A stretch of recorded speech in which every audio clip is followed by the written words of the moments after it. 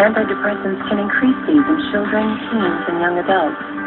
Elderly dementia patients on Latuda have an increased risk of death or stroke. Call your doctor about fever, stiff muscles, and confusion, as these may be signs of a life-threatening reaction. Or if you have uncontrollable muscle movements, as these may be permanent. High blood sugar has been seen with Latuda and medicines like it, and in extreme cases can lead to coma or death. Other risks include decreased white blood cells, which can be fatal, dizziness on standing, seizures, increased cholesterol, weight, or prolactin, trouble swallowing, and impaired judgment. Avoid grapefruit and grapefruit juice.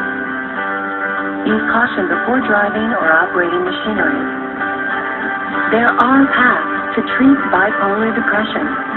Ask your doctor if once-a-day Latuda for bipolar depression is right for you. For a Latuda savings card, go to Latuda.com. You play Greek one, hun?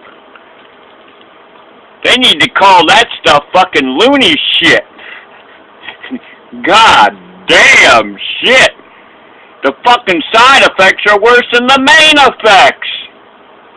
Who the fuck would want to take that goddamn shit? God damn, cause you to die and everything like that? Shit. Wait, I guess that fucking ends your goddamn problems. Latuda? La Lunia? Fuck, I got a cure for the goddamn unhappiness problem. I just say fuck it. I don't give a shit if I'm happy a day in my whole motherfucking life. If it comes along, okay. But I ain't gonna go out there chasing happiness, where people chase happiness with drugs, drinking, gotta be the life of the party.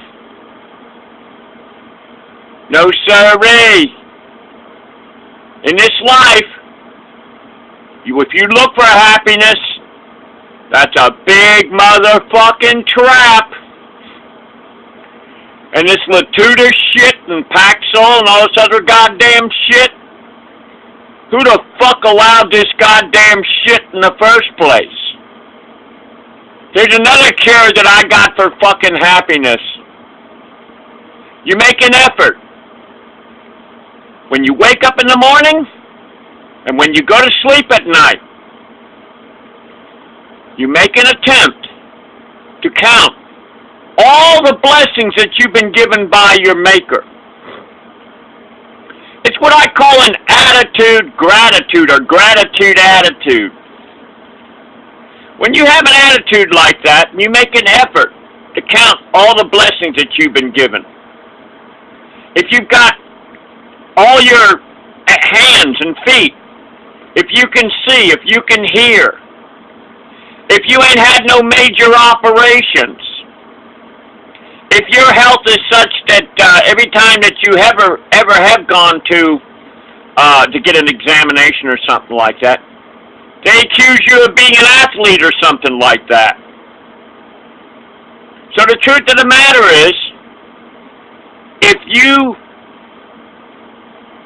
do exercises on a regular basis, and I'm not talking about little bullshit exercises.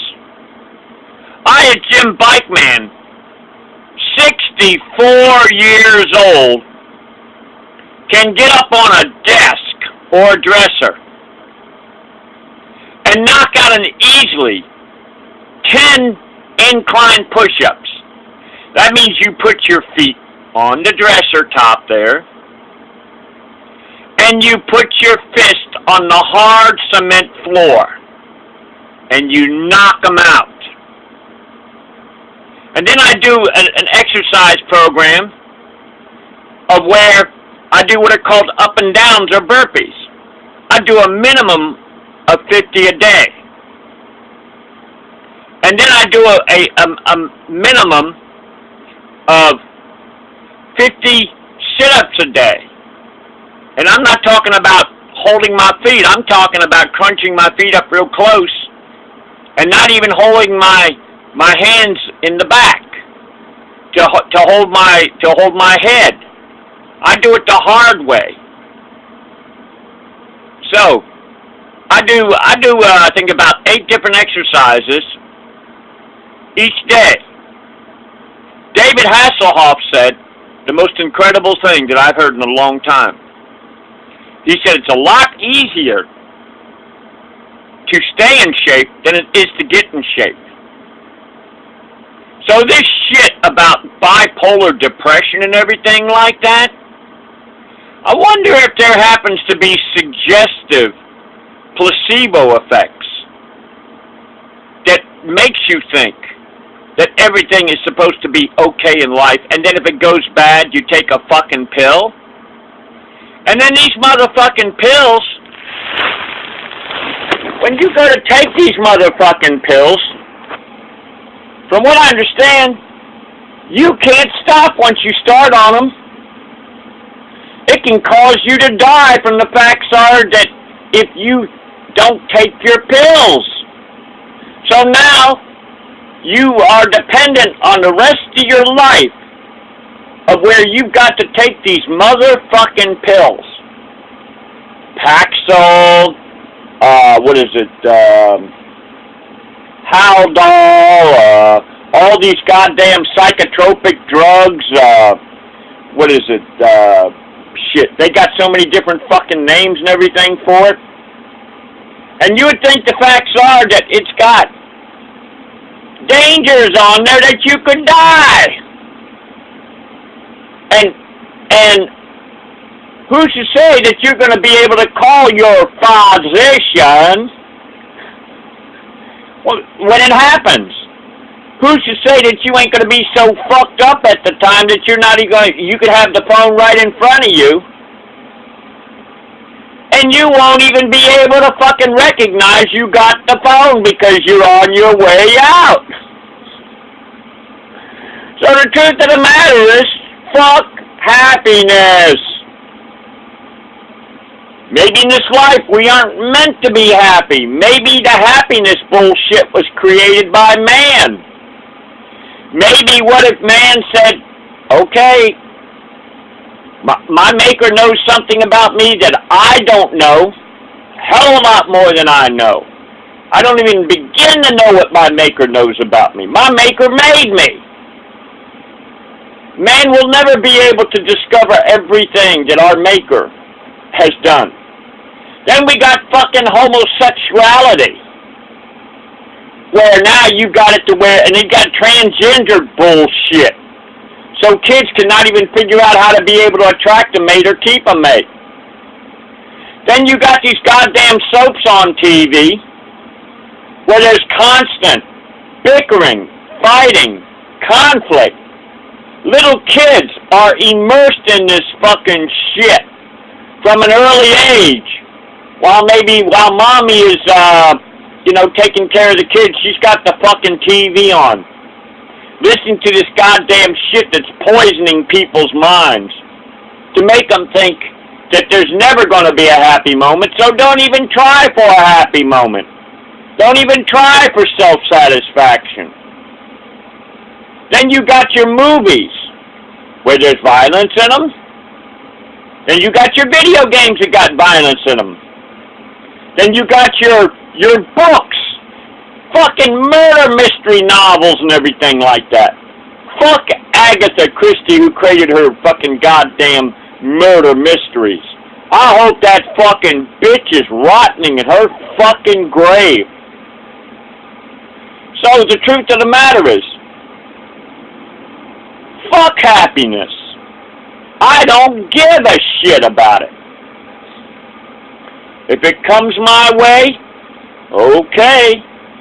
I'm going to continue on something called self-satisfaction. Here's another thing.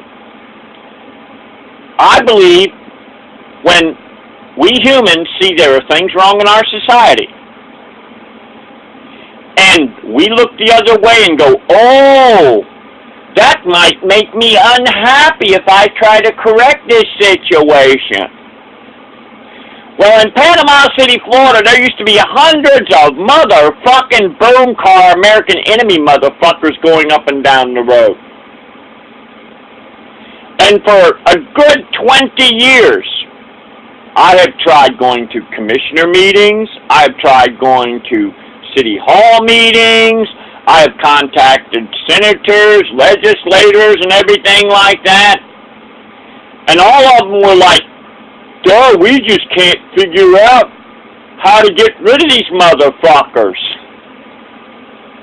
So, January 2014, I get an idiot clown cop because I just got so sick and tired of hearing these motherfuckers going up and down the road, these American enemy motherfuckers. I said, fuck it. And I did a non-stop call-in. I told the dispatcher, I wish I didn't have to call, but I'm going to call every time I hear one of them motherfuckers. So, the idiot clown cop, Sergeant Stryker in Panama City, Florida, that piece of shit motherfucker, that pussy-ass motherfucker, put charges on me, did me a big favor, man. He thought I was going to pussy out. Well, the maximum on harassing phone calls, that's 365 of the Florida statutes, is I was supposed to have been only 3 months till I get my trial. It's over 6 months, June 15th. I told the judge, Shane R. Van, who I have found to be the most human-like person of a judge I've ever run across in my life. Anyway, June 15, 2015, I was set for a jury trial. I don't get no motherfucking jury trial.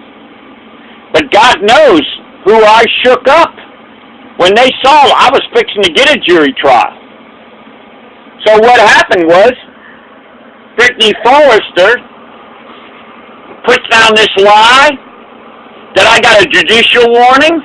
Truth of the matter, I never got no judicial warning. I begged the charges not be dropped. I wanted to go to a jury trial. I showed them how I made all kinds of signs and everything like that I was prepared for trial, and I believe I scared the fuck out of her. She ain't never seen anybody put together a case as good as I could. And I'm talking about lawyers, too, couldn't even put anything together because I did it from my heart. I did it from my concern for my fellow man. I even told Shane R. Van, I said, I'll take a chance on losing my freedom to protect my fellow man. So God knows. Maybe Shane R. Van said, we're not going to have any more of these boom cars around. I don't know. Maybe he said, we're not going to take a chance on having that bike man go to trial and embarrass the shit out of us.